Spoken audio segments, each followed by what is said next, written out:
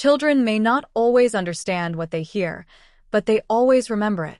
So when 9-year-old Tommy asked his mom why she screamed at night and called for Jesus, even when Dad was right there, she nearly dropped the laundry basket in shock.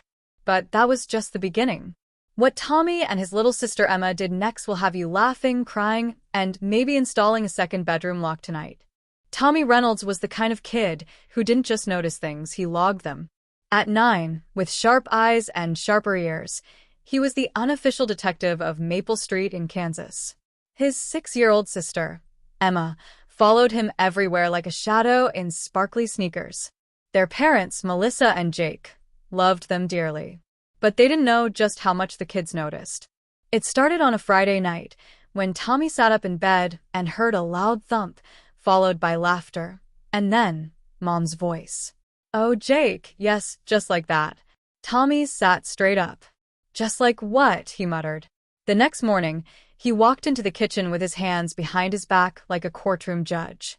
"Mom," he said, "Why do you and Dad make weird sounds at night when you're supposed to be sleeping?" Melissa froze, a piece of toast halfway to her mouth. Melissa coughed.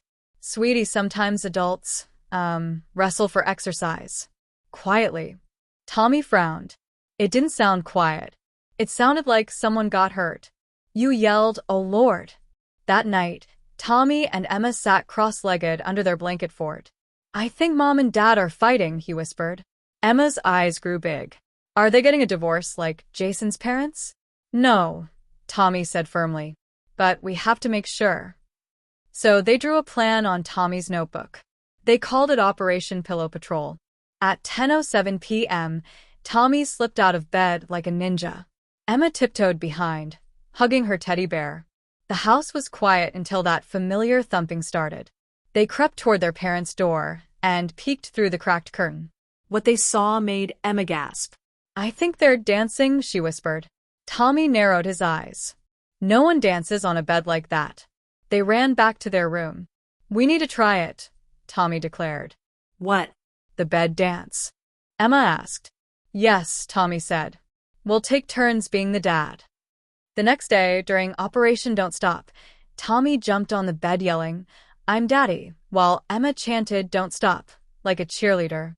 Their jumping knocked over a water bottle, a lamp, and finally, the whole mattress slid off the bed frame.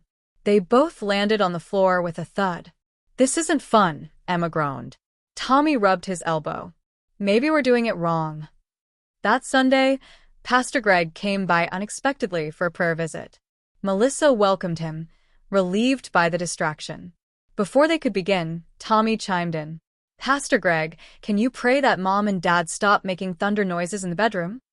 The room went silent.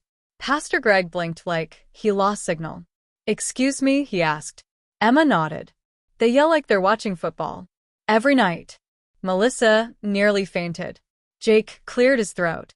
"Kids," he said, "we'll talk about this later." But Pastor Greg was already whispering, "Lord, teach this household the sacred meaning of volume control." That evening, Melissa sat Tommy and Emma down. "Kids," she said gently, "what you saw and heard is something married people do when they love each other very much. It's private, like prayer." Emma tilted her head, but it sounded like a pillow fight. Jake chuckled nervously. "It's not something children should copy. It's grown-up stuff, just like taxes." Tommy sighed. "So you're not hurt? You're not mad at each other?" "No, honey," Melissa said, hugging him. "We're just expressing love." "Oh," Tommy said. "I thought you were wrestling." Jake added, "Well, love can look like wrestling sometimes." Later that week, Melissa found one of her scarves under Tommy's pillow.